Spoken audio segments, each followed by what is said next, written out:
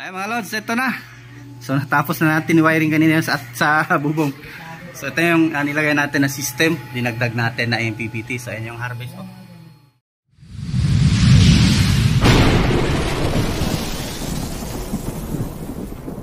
Ayan mga lods, patutuyuin muna natin itong solar natin na inayos, no.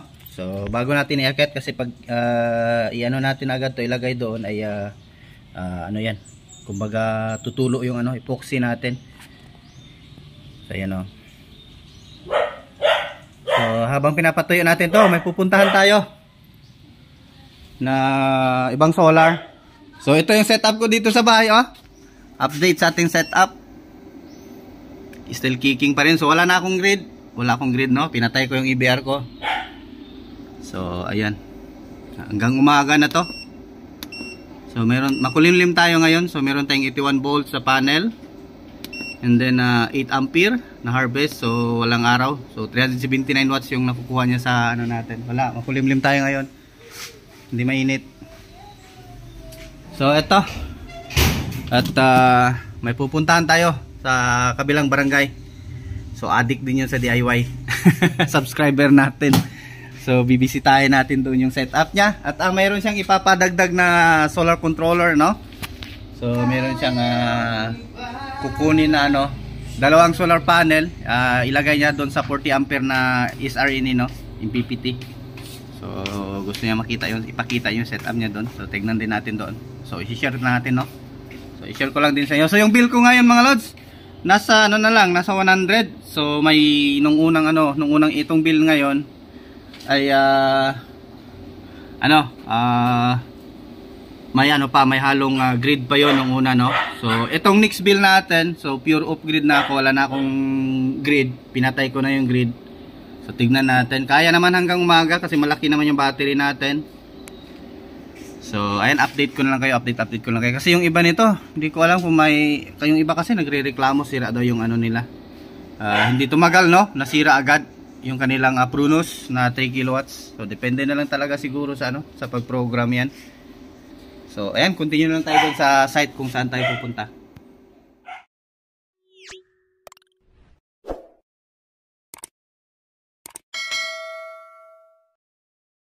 Ito na yung panel ng customer natin. So meron siyang 2, 4, 6, 8, 10, 12, 14 panels, no.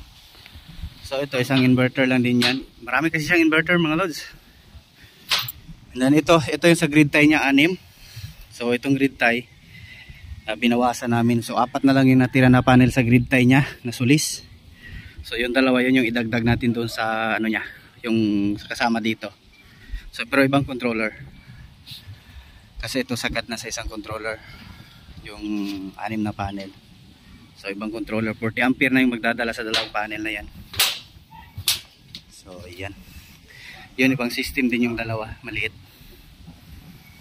So sa 1 kilowatts yun siya. So yan, baba na tayo, papakita ko sa inyo. So ayan mga lods, ito na. So natapos na natin i-wiring kanina sa bubong. So ito yung nilagay natin na system, dinagdag natin na MPPT. So ayan yung harvest ko, 18 ampere to 30 ampere. So yung na-harvest niya kasi medyo makulimlim ngayon. And then ito 26 yung sa baba. Ayan, 33A. So ito, isang ano lang sila yan, isang ayaw ko na baguhin kasi ayaw na ni sir na baguhin yung ano, wiring niya kasi nga lilipat na sila ng dapitan. So ito, yan yung breaker natin. Ito yung battery, dalawang blue carbon na 200 AH, no, parallel. So bali 400 AH na to. So yung one solar niya na 3 kilowatts, 24 volts. Ayun, no. Ito yung load niya ngayon. May aircon. So patay yung ano, zero yung grid niya. So ayan. So ito pa yung ibang system ni sir, oh, pinatay niya na yung ano niya. Ito, yung kanyang grid tie. Daming ano ni sir, oh. may snap din, lightning lang. And then itong crayon ni sir, oh, pang refrigerator niya at saka ano, chiller. So yung battery niya blue carbon, 24 volts, and then dalawang 12 volts din na blue carbon. So dalawang ECC din dito. Ito yung sa dito para sa snot. Ito din yung para dito sa crayon. Ito yung crayon niya, 27, so full charge na. 27.2. Ayan o. So ayan, ganda na system niya. So almost 5 years. 5 years na sir, no? Oo. 5 years. 5. Tapos yung bill ni sir 500 na lang. Sakto lang. Hindi naman addict si sir sa ano, sa solar. Grabing upgrade.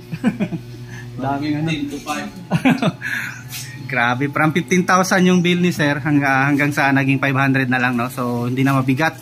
So goods na yun para sa ano, sa may negosyo. Nagbabalot kasi si sir. So ito yung ano ni sir. System niya, ganda. Ito yung ano, literal na addict sa solar. So ayan, DIY lang yan ni sir.